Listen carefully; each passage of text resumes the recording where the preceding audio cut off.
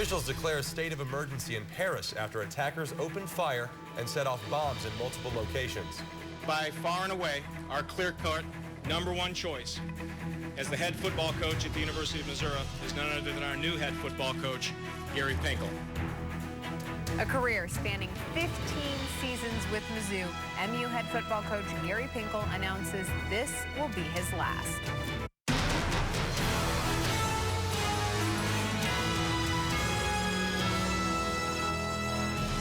After 15 years at the helm, Missouri head coach Gary Pinkel announced today he will step down from coaching duties following this season because of health reasons. Good evening, I'm Brittany Pieper. And I'm Landon Berg. Today we learned doctors diagnosed Pinkel with non-Hodgkin lymphoma blood cancer in May.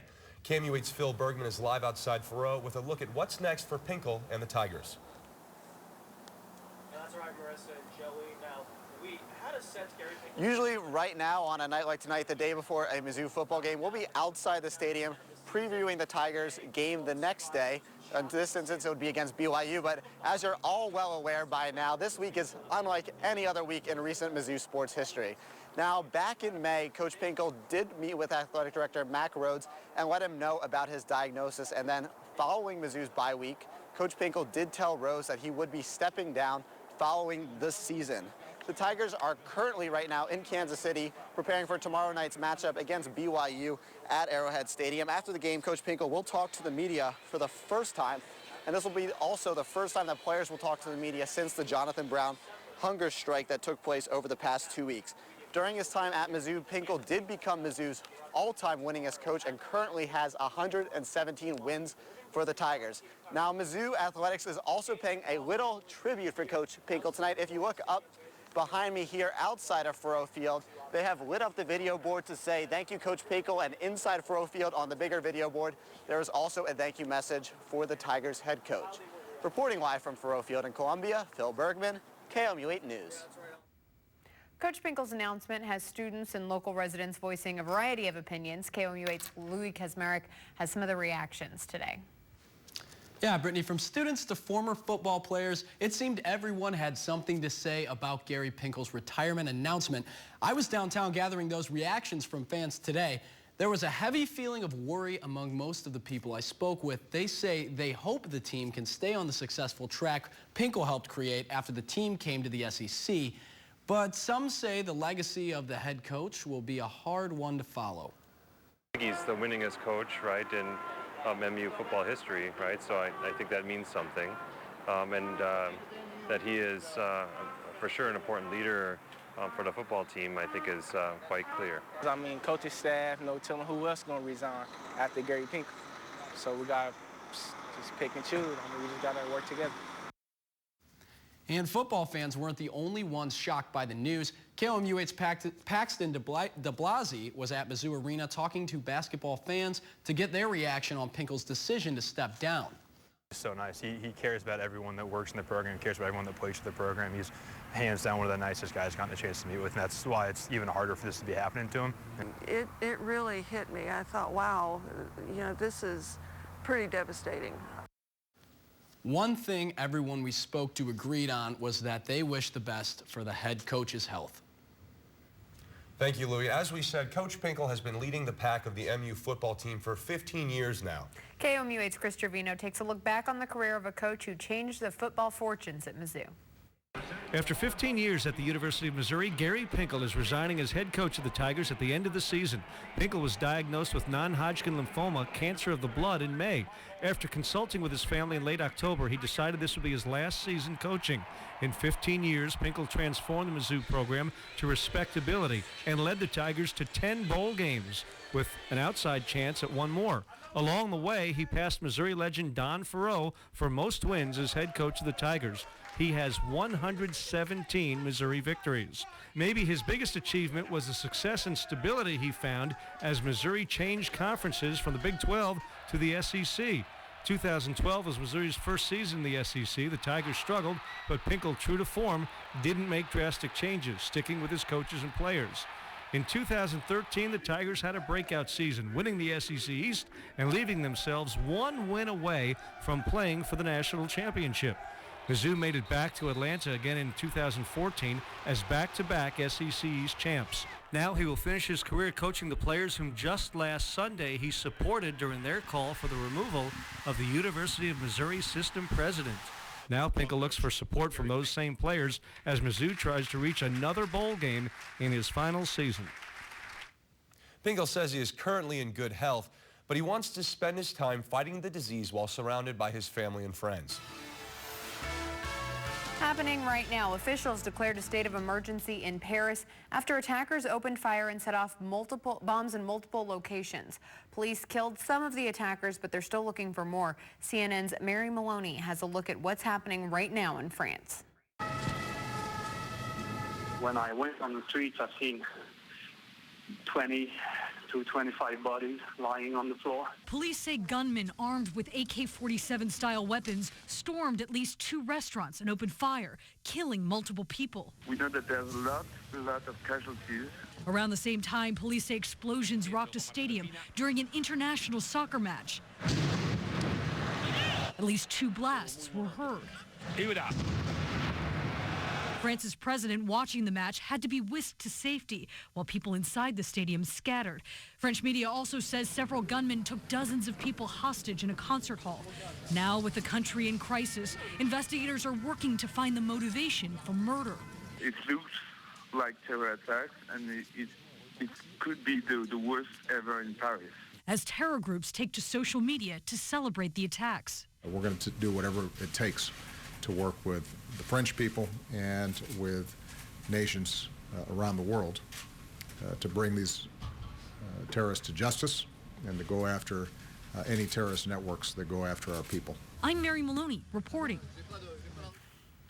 Here's a timeline for you of how all of this happened. At 10 p.m. Paris time, police officials reported several deadly shootings and explosions around the city. At the same time, a stadium announcer told people at the soccer match to avoid certain exits but did not elaborate. About 15 minutes later, it became apparent at least 100 people were being held hostage in the nearby concert hall. At 10:40, a White House official said President Obama had been briefed on the situation. At 11 p.m., French President Francois Hollande said he was closing the country's borders and declaring a state of emergency.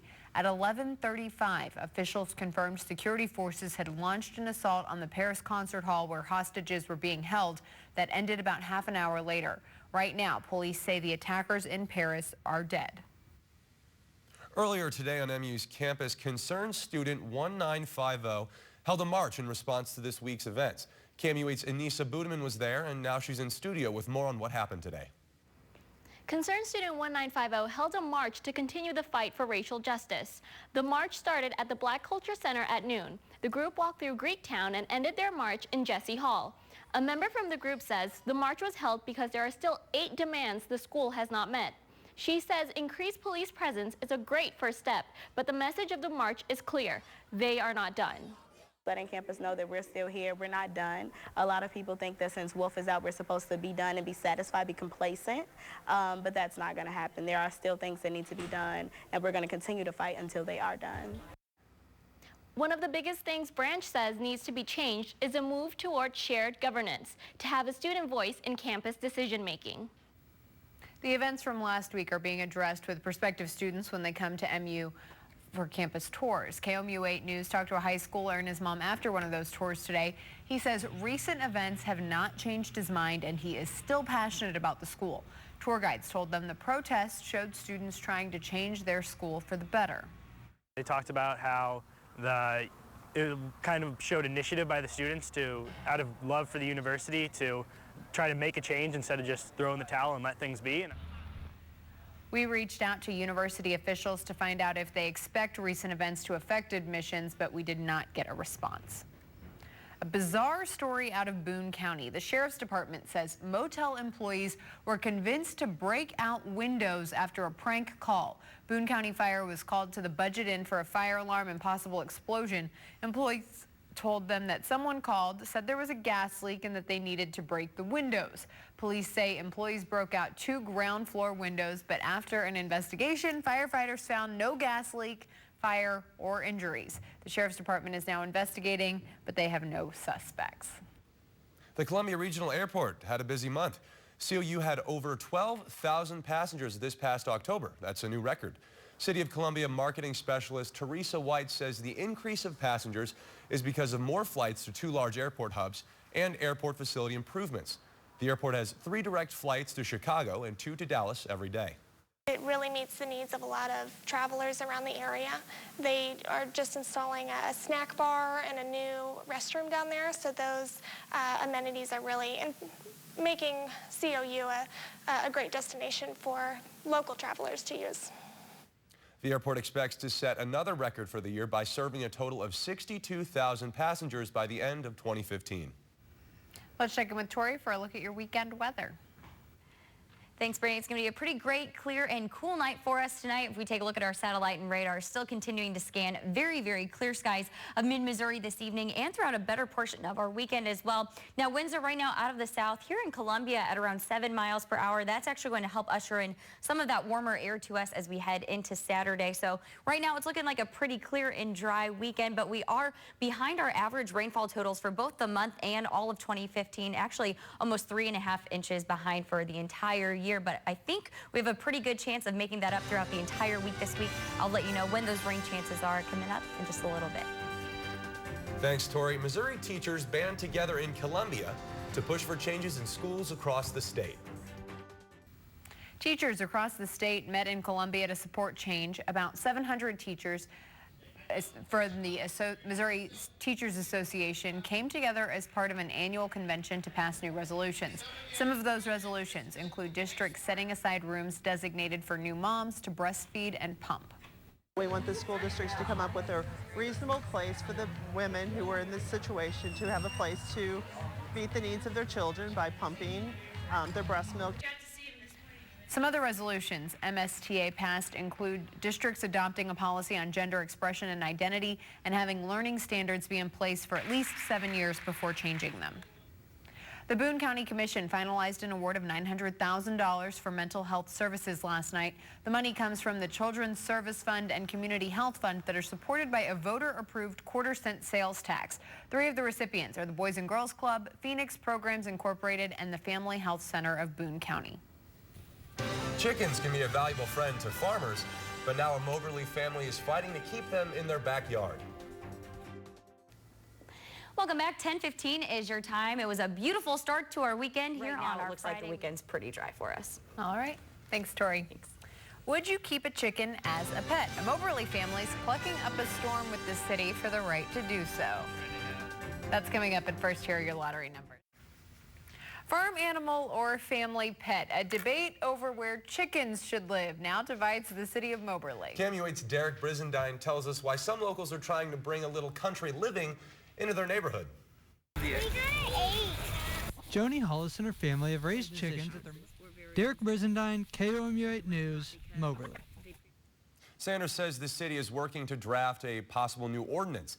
He says city leaders will present the idea at the next city council meeting. As we've said, Missouri coach Gary Pinkel will resign at the end of the season. We'll take a look back on his 15-year career next in sports. Wait Sports. And you thought Gary Pinkel made big news earlier this week, supporting his players, calling for the ouster of the University of Missouri system president? Wait, there's more. Pinkel today, in a shocking move, announced his resignation effective the end of the season because of health reasons. Doctors in May diagnosed Pinkel with non-Hodgkin lymphoma, cancer of the blood. Welcome back. It's 10:34 on your Friday evening. Let's take one last peek at your weather. It's going to be a pretty nice weekend. Lots of sunshine and warmer temperatures for Saturday, but we have many rain chances from Monday through Thursday of next week. All right, that's our time for now. Thanks for joining us. Have a good night.